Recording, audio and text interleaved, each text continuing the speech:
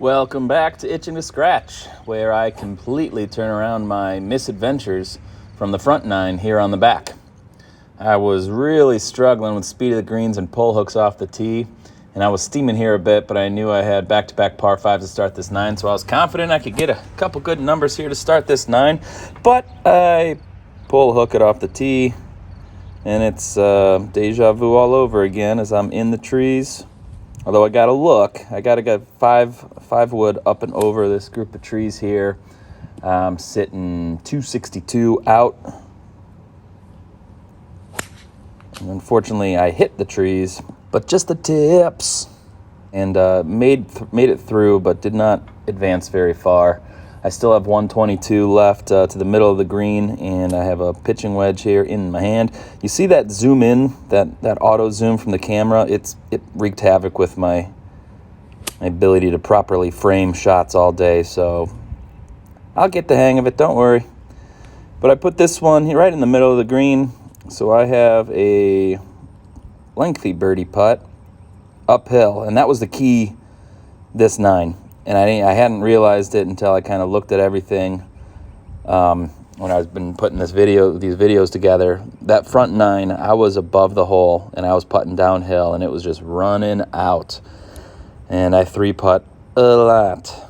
And this nine, I was below the hole most of the time, with the exception of, I think, 2 holes. So you'll see much better putting from me on this nine.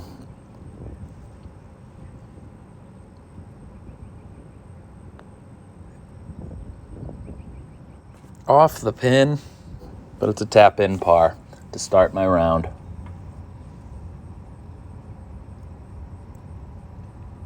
Yeah, it's a slow walk. Come on, buddy. Nice. All right, par through 1. On to 11. Another par 5 up the hill, and a 345 KV line overhead. I think this may be Star to Cloverdale for a little inside baseball there. And I had to wait for the crew to clear, and I thought I might as well give them a stripe show. Or at least attempt to. Really, I'm trying to miss the tower just to the right, and I did. I hit a great drive here. Nothing has changed from that drive to my pull hooks other than timing at the bottom. So I need to get my chest cleared and rotate through so that it's not so timing dependent at the bottom. But until I do that, I'll still have to time it up. That was 6-iron from 175 up the hill that I pulled just left, hit the fringe, and kind of rolled off into the cuff here. I have my putter here instead of chipping with my hybrid, which I usually do, and ran it by a bit. But this is for bird, and it's a very makeable birdie putt. Oof, just curls in. It was a pretty good right to lefter, but I made it. 1 under through 2, yeah. On to number 12, playing at the front of the box, so only 168. And I noticed a lot of my GPS center of the green yardages were under the stated yardage on the scorecard, so I'm pretty sure they have to go by the back of the box instead of the center. I don't know. I never really looked at that too close, but I think that's probably how it works. This hole is a prime reason I need to get a rangefinder because this green is crazy long front to back, and I hit a 7-iron, a little fat here, and it came up short of my carry distance anyways, but I would have probably taken a 6-iron had I known the flag was closer to 180. So I'm well short. I've got a chip up here. But again, I'm chipping up the hill. I also noticed, at least on the back here, a lot of these greens slope back to front. So having known that, I should have probably just left a lot of stuff short. You chip her up really nicely to 3 feet. That was the big change this nine is. I was really good with my chip shots. I got up and down really, really good percentage-wise, and completely opposite of what was on the front nine. So, oof, but I almost missed that one.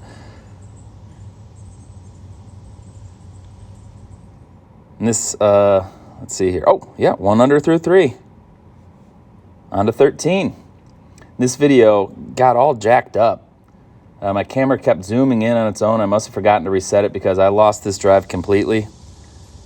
But I absolutely smashed this one. I usually carry my drives about 265 to 285, maybe close to 300 if I really hit one on the screws. And this one must have carried pretty close to 300 and hit a downslope. And you'll see up here there's very wet grass from sprinklers. So it may have skidded forward a little bit or something, I'm not sure. But this was the longest drive I've had in a while. So I'll be quiet so you can hear me absolutely crush this thing.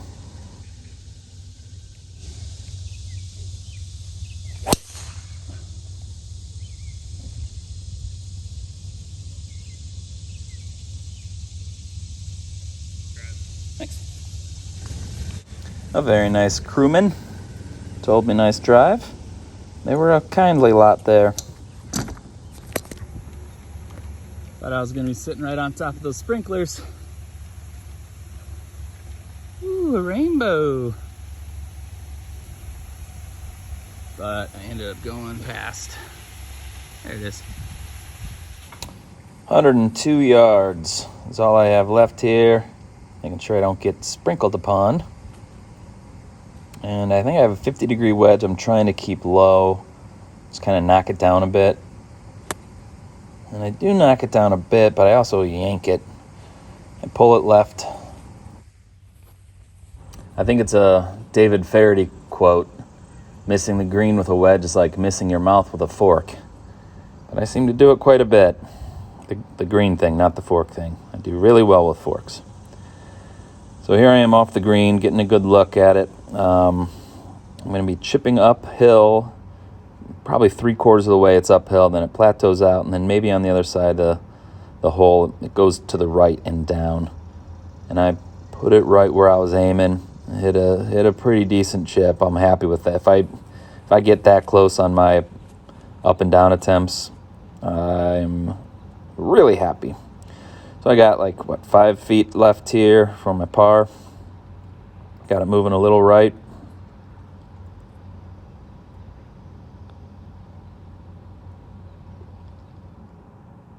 And I drain it.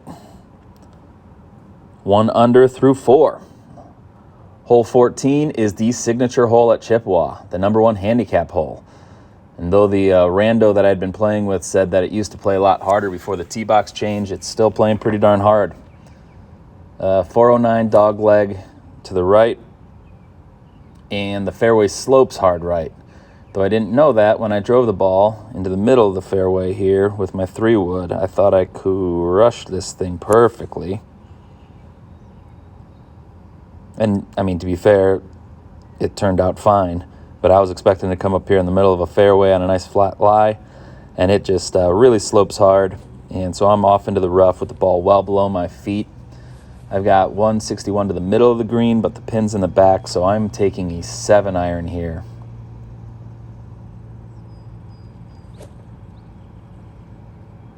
The ball's below my feet. I think that's a fade lie.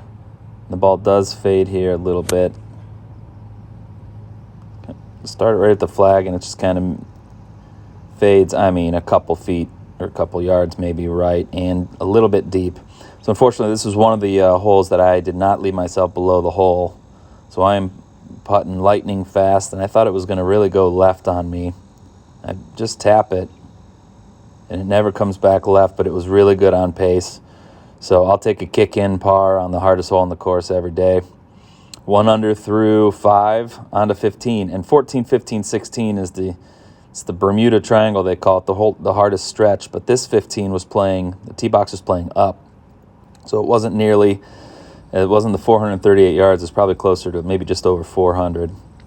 You see the white tees are there ahead of me, and blues were just one notch back. But I still yank it to the right. So this was the worst drive of the day for me. And, well, at least the worst drive of this 9. Just open face slice. I've got a blind shot here up to the green, sitting 120 out. Obviously, way uphill.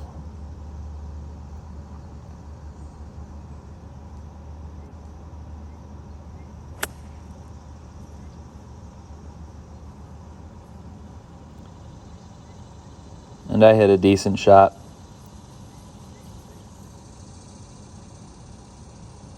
Oh, more decent than I had remembered. Right to the middle of the green, maybe a little bit on the left side. I got another pretty quick putt though, and this one I did not do so well. So that was 2 holes in a row where I missed high, and you'll see if I miss high, man, at least especially when the greens are this fast, I had a real hard time. So I got to make a pretty tricky comebacker up the hill that's turning left on me. But I made it to keep this streak alive, 1 under, 10 through 15, 3 more holes to go. Let's do this. 16, very similar to 14, where you have a dog leg, and then your second shot's over water. This one just goes the opposite direction as number 14. This one I took driver instead of 3-wood because the lake was a little bit further up.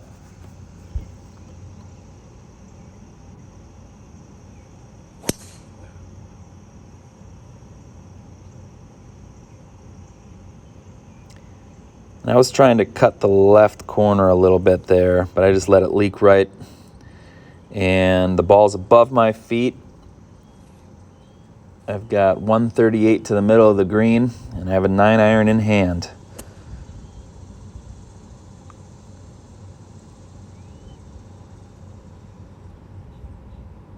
I think I'm better hitting ball below my feet than above, and you'll see here why. Because I hit it fat a lot when it's above my feet, and I hit it fat here.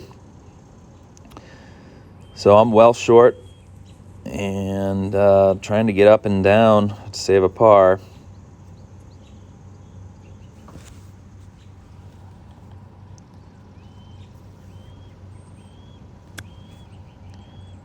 I hit a chip right at the flag, and the ball kind of disappears here over that false front, so I wasn't sure how it ended up. I couldn't see from where I was standing.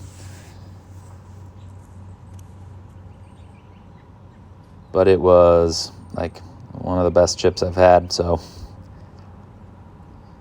really pumped about that chip. Really pumped about that up and down. 1 under through 7. On to 17, which is a par 3, 165.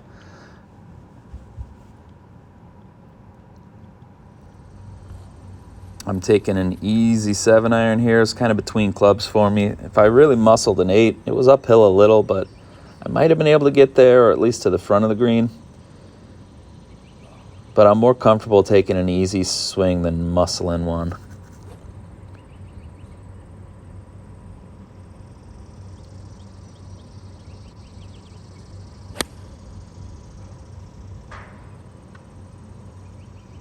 I hit a decent shot here. I missed the green, but I'm right on the edge, looking to get up and down again. What are the odds I can keep this up and down streak going? Oh, fortunate there to hit the pin. A lot of very fortunate breaks I received this 9 as opposed to the front, where nothing seemed to be going my way. And I finished this off with my wedge from 3 feet because I am an absolute moron. I knew I was on a good streak, but this didn't feel like a round under par for me because I was 9 over on the front. So I feel like I'm 8 over through 17 here. And for the thousands of you viewers, back and front were posted separately, so this probably feels like, a life-changing, momentous moment for you. And had I been 1 under through 16, rest assured I would have run to get my putter and probably promptly missed a 3-footer after puckering up. But having said that, my best 9 ever was 1 under par. So if I birdie this hole, I can beat my personal best 9-hole score. So I need a good drive here. Again, the thing zooms in on me a little bit. I'll figure it out. Don't worry, y'all.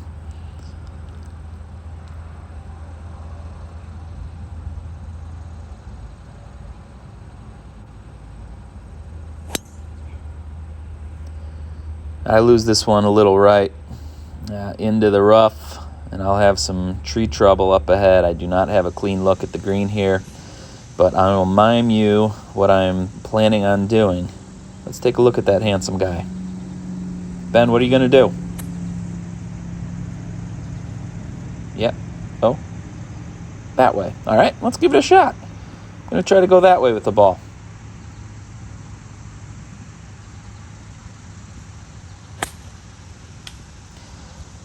And longtime viewers will know, well, that when I try to curve the ball, my start line, I need to work on my start line when I'm got to open or close club face. All right, so up and down for a par to tie my best ever 9. 71 yards to the middle, and I hit it right in the middle. Yeah, he's pumped.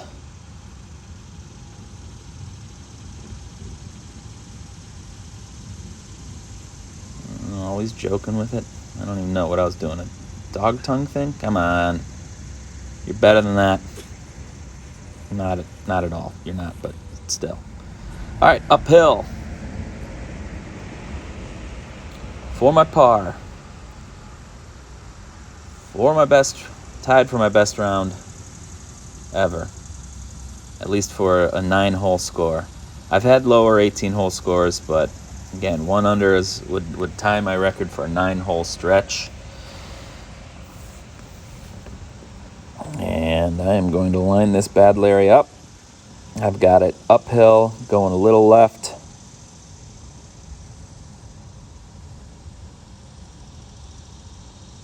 Let's see if I can give it enough.